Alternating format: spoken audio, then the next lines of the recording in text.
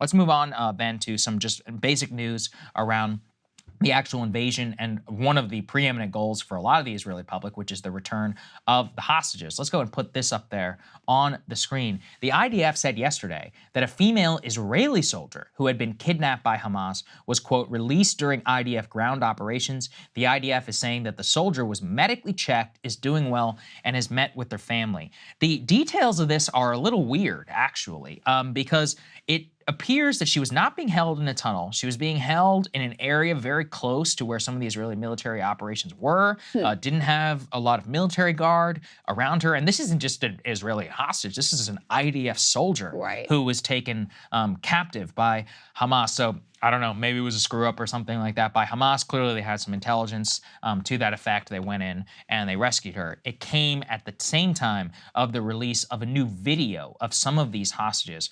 Of course, let's keep this in mind before we even play it. These hostages are being held against their will and under duress. So it's not like we can take everything that they say as truth or how they are actually feeling, but we wanted to play it just to give you at least this is the message that Hamas wants the hostages to project to the Israeli public, which is going to have some sort of impact. So take the caveat, and now let's put this up there on the screen, and I'll read some of the subtitles. They say, Bibi Netanyahu, we are in Chevy Hamas, 23. How many days? It's been 23 days, she says to the two people sitting next to her. Yesterday, there was a press conference with the kidnapped families. We know that there was supposed to be a ceasefire.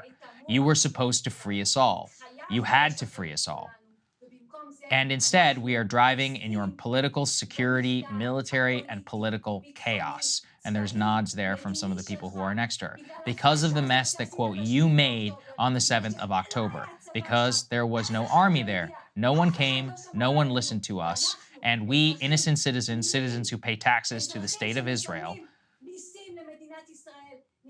are in Chevy in conditions, not conditions. This one is a difficult one. You are killing us. You want to kill us all. You want to find a way to kill us all. Not enough. You killed everyone. Not enough Israeli citizens were killed. Free us now. Free their citizens. Free their prisoners. Free us. Free all of us.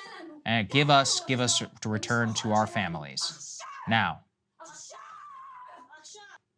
Really horrible situation there. I can't even imagine what these women are going through. Again, who knows whether any of that is true, whether they have guns pointed at their heads, but it's clear that Hamas wants to exploit that message and to hammer it home. Something that you had talked almost immediately, Krystal, about the divisions in the Israeli public around the moving of IDF soldiers from the border with Gaza to the West Bank in order to protect settlers, leaving people there feeling very exposed. Many of them are really more like Israeli leftists. They're like peace activists. Yeah. In some cases, those two old ladies who were released, Ryan did a great job of kind of talking about them and their peace legacy. People haven't gone, they've been into Gaza before to provide medical services to Palestinian people. So these women, we don't know much about them, but of course they're being exploited and they're being projected here. But the message that they are trying to get across is that Hamas is desirable at this point of a ceasefire, but obviously to take advantage, or at least for whatever purposes. But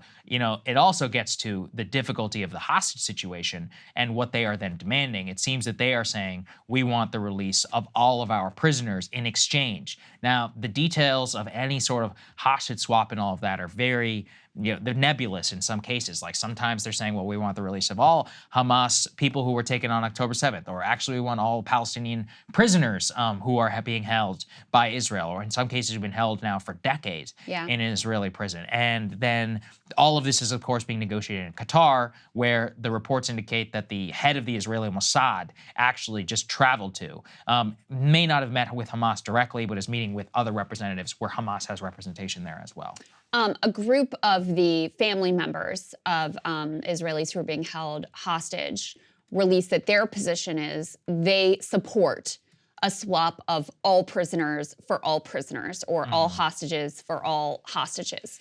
So at least some portion of the hostage family members, like that is their position. They want to negotiate. They want to make that deal. I also want to mention the fact, because I think this is really significant as well in understanding, this entire dynamic, there were a lot of Palestinian day laborers from Gaza who were actually in Israel on the day of October 7th. They were there, on a work permit to work. They usually work in, the very difficult, dirty, low-paying industries that Israelis don't want to do. So they give Gazans work permits. This was part of the idea to sort of placate this area and try to keep tensions and security concerns at bay. Thousands of them are missing. A number of them have been confirmed, taken, I would say, basically hostage by the Israelis as well. So when we're talking about Palestinian prisoners who could be part of some theoretical deal, which again, you have to consider, you're dealing with Hamas here, so how much you take them at their word, et cetera. Right. But when you're thinking about Palestinian prisoners, I just want people to understand the type of people that could be involved in that.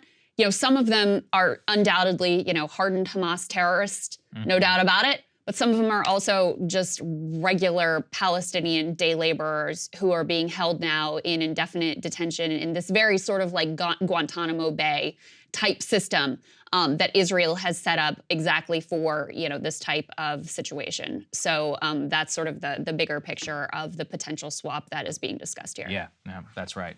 So that's the context for the current hostage situation in terms of the military operations. We've been checking. Military operations obviously continue. The tanks remain inside of Gaza. It appears that they are doing some sort of movement to encircle the city, Gaza City. We broke a lot of that down yesterday, but there hasn't been anything significant that's happened in the last 24 hours. Of course, we will keep you guys all updated. Hey guys, if you like that video, go to breakingpoints.com, become a premium subscriber, and help us build the best independent media organization on the planet. That's right. We're subscriber funded. We're building something new. We want to replace these failing mainstream media organizations. So again, to subscribe, it's breakingpoints.com.